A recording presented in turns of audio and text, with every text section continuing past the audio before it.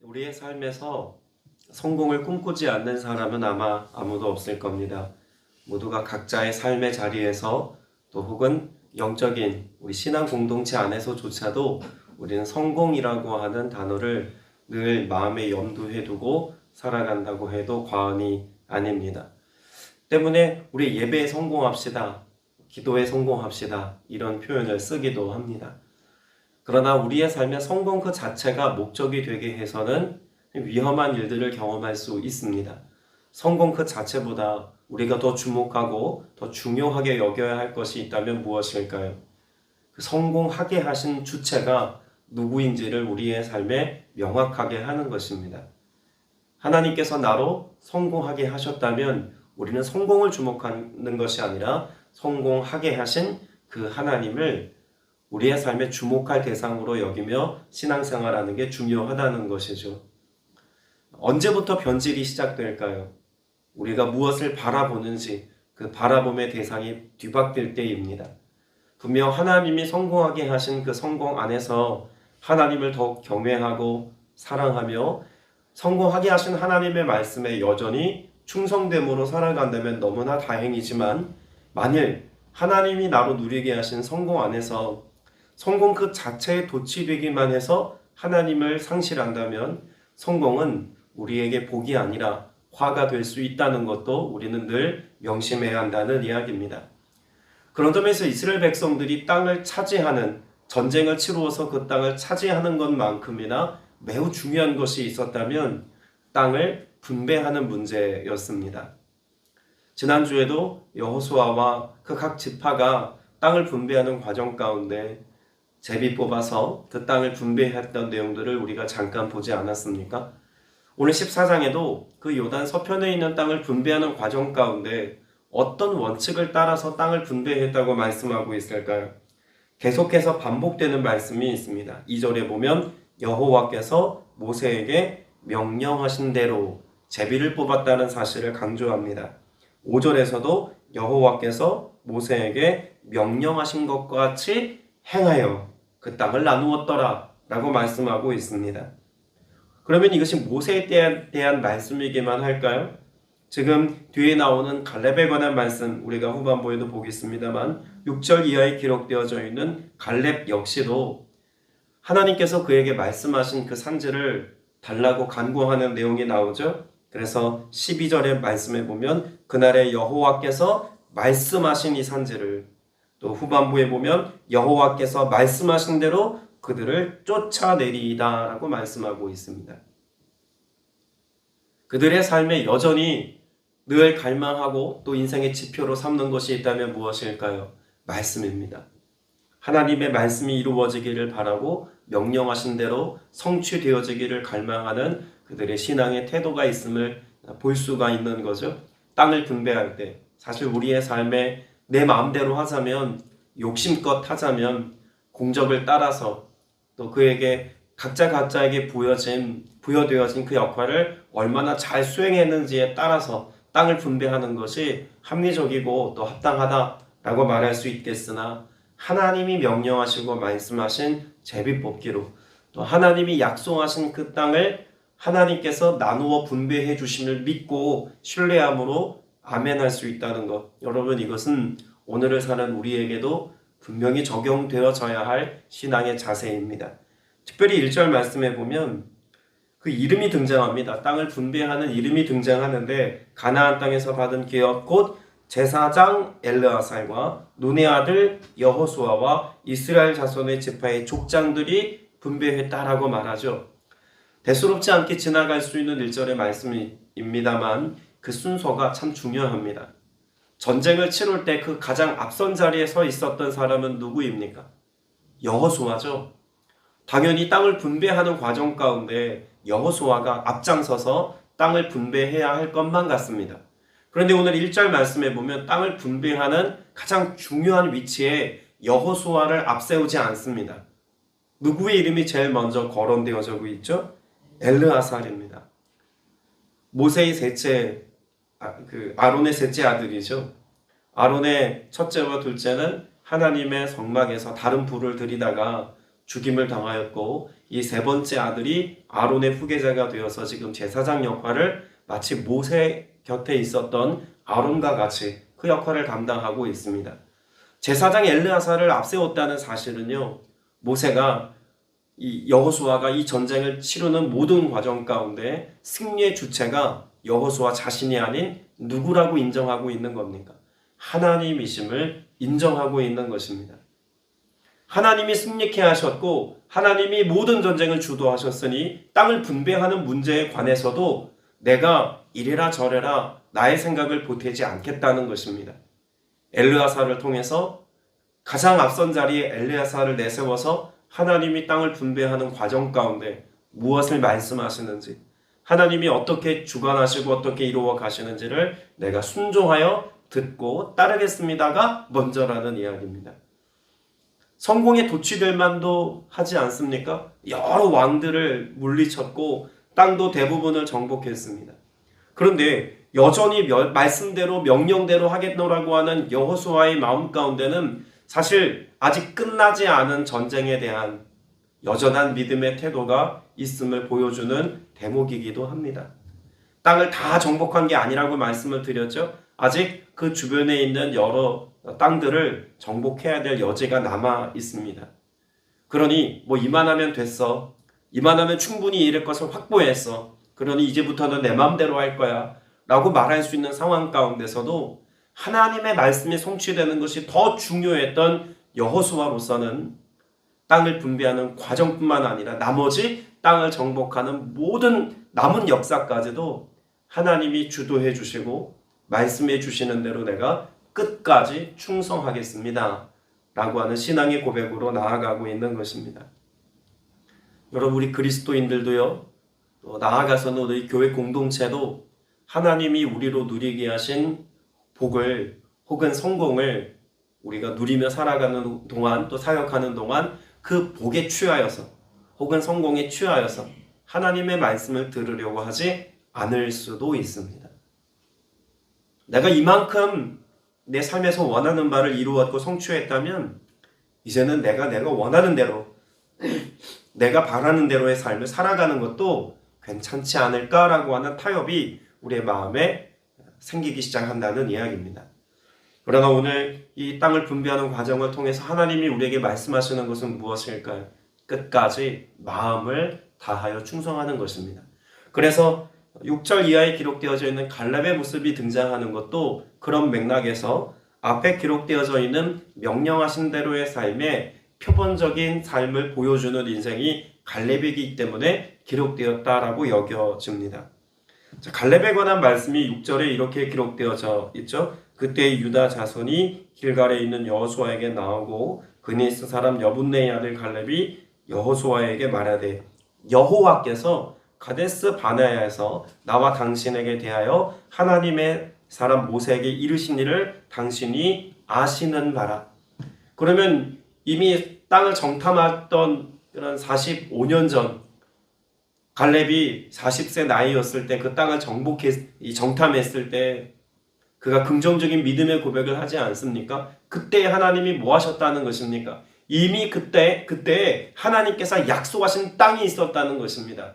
자, 그러면 여호수아와 갈렙은 12명의 전체 그 정탐꾼이 어디를 돌아보고 왔다고 성경에 기록되어져 있죠? 헤브론 땅입니다. 거기 누가 살고 있죠? 아낙 자손이 살고 있었습니다. 젖과 꿀이 흐르는 땅이라고 정탐하고 온 땅은 그 헤브론 땅이었습니다. 아낙 자손이 있었고 그래서 대적하기에는 여러 가지 모양새가 분명히 우리가 보기에도 스스로 메뚜기처럼 여겨질 만한 상황이었음에도 불구하고 여호수아와 갈렙은 하나님이 주신 땅이고 하나님이 점령하려고 하셨으니 그들은 우리의 밥입니다라고 고백했던 바로 그 땅입니다. 그것에 대해서 하나님이 뭐라고 말씀하셨을까요? 민수기 14장 말씀에 보면 이미 하나님께서 이렇게 그들에게 말씀하셨습니다. 민수기 14장을 한번 찾아보시겠습니다. 14장 구약성경 218면에 있습니다. 23절부터 24절까지 말씀 두 절만 같이 보겠습니다. 민수기 14장 23절 24절 같이 했습니다. 시작. 내가 그들의 조상들에게 맹세한 땅을 결단코 보지 못할 것이요 또 나를 멸시하는 사람은 한 사람도 그것을 보지 못하리라. 그러나 내 종 갈렙은 마음이 그들과 달라서 나를 온전히 따랐은즉 그가 갔던 땅으로 내가 그를 인도하여 드리리니 그의 자손이 그 땅을 차지하리라. 자, 그러면 민수기 14장에서 하나님은 갈렙에 대해서 뭐라고 말씀하셨습니까? 하나님께서 보시기에 그 마음이 어떠했다고 말씀하고 있냐면 그들과 마음이 달랐다고 말씀합니다. 다른 사람들의 마음은 어떤 마음이었을까요? 아낙 자손들 앞에서 마음이 녹아내리는 마음이었습니다. 두려움 가득한 마음이었습니다. 그러나 갈렙의 마음만큼은 그들의 마음과 전혀 달라서 온전히 하나님을 어떻게 했다고 말합니까? 따랐다라고 말씀하고 있습니다. 그러니까 여기 그 마음이 다른 이들과 마음이 달랐던 그 격차는 어디에서 증명되었냐면 순종 혹은 충성됨에서 드러났다는 이야기죠. 자, 다시 여호수아 14장으로 돌아오시면 지금 갈렙의 마음을 표현하고 있는 말씀이 14장 7절에도 기록되어져 있습니다. 내 나이 40세의 여호와의 종 모세가 가데스 바네아에서 나를 보내어 이 땅을 정탐하게 하였으므로 내가 무엇으로?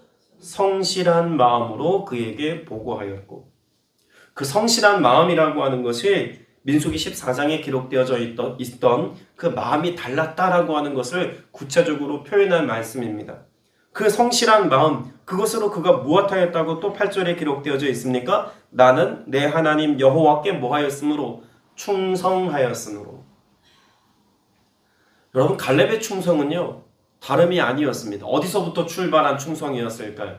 마음에서부터 비롯된 충성이었습니다.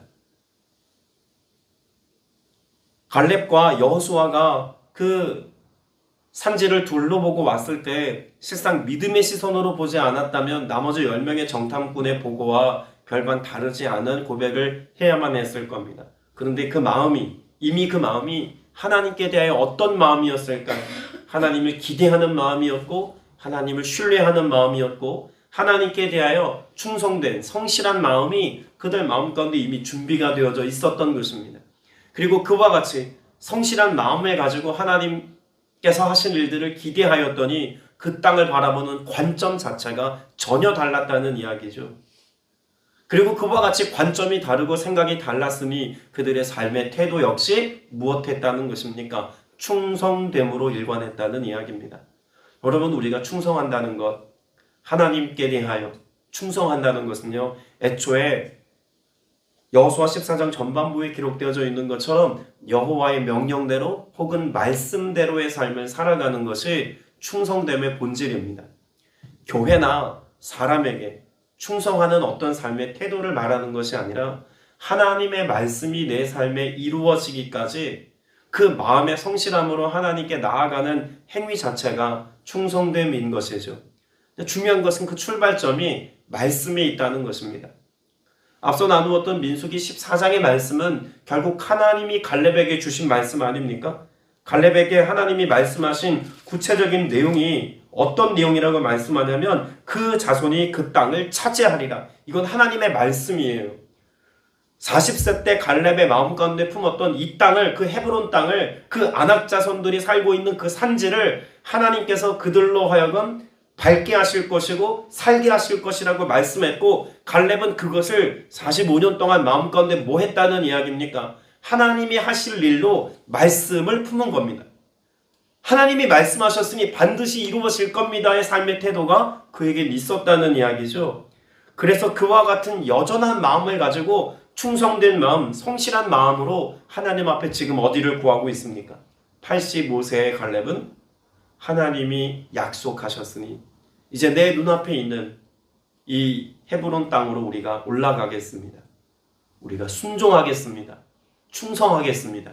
하나님이 하실 일들을 여전히 기대하오니 내가 나아가도록 여호수아여 당신도 동의해 주시고 허락해 주십시오라고 부탁하고 있는 내용입니다. 우리는 간혹 12절 말씀, 이 산지를 내게 주소서라고 하는 이 말씀을 당연히 우리가 받아 누려야 될 어떤 몫에 대한 그런 기대치를, 그 바람을 아래는 말 정도로 가볍게 다루곤 합니다. 그러나 한번 기억해 보십시오. 85세의 갈렙이 그 땅을 차지하기 위해서는 하나님이 허벌판으로 만들어 놓으시고 가서 깃발 꽂으라고 말씀하는 게 아닙니다. 하나님이 말씀하신 그 약속의 말씀을 받고 하나님이 함께 하실 것이니 내가 가서 뭐 하겠다는 겁니까? 싸우겠다는 이야기입니다. 이 전쟁을 땅을 분배받고 그 땅을 다 차지한 지금이지만 아직 차지하지 않은 저 헤브론 땅, 저 땅은 하나님이 나에게 이미 말씀으로 주신 땅이니 우리는 끝까지 싸움의 현장 가운데 있어 하나님의 말씀이 성취되게 하겠습니다.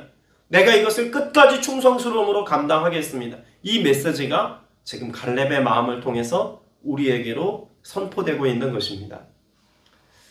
우리도 어쩌면 하나님께서 이 땅 가운데 행하신 하나님 나라 역사에 여전히 벌어지고 있고 여전히 진행 중인 싸움을 뒤로 한 채로 안락한 우리의 현실 가운데 안주하고 있는 안일한 신앙생활을 하고 있는 것이 아닌지 한번 점검해보고 또 성찰해 보아야 합니다. 이 나라의 국가적인 여러 가지 것들을 이야기할 때 샴페인을 너무 일찍 터뜨렸다 이런 이야기들도 하지 않습니까? 근데 그와 같은 시대적인 흐름이 한국교회의 흐름과 크게 다르지 않음을 우리는 어쩌면 자각해야 할지 모르겠습니다. 교회가 부흥했습니다. 처처에 교회들이 세워졌고 이 땅의 교회를 통해서 하나님께서 많은 것들을 누림의 지경 가운데로 인도하셨습니다. 마치 땅을 분배받게 하신 것처럼 많은 것들을 하나님께서 교회와 성도들의 삶에 허락하셨습니다.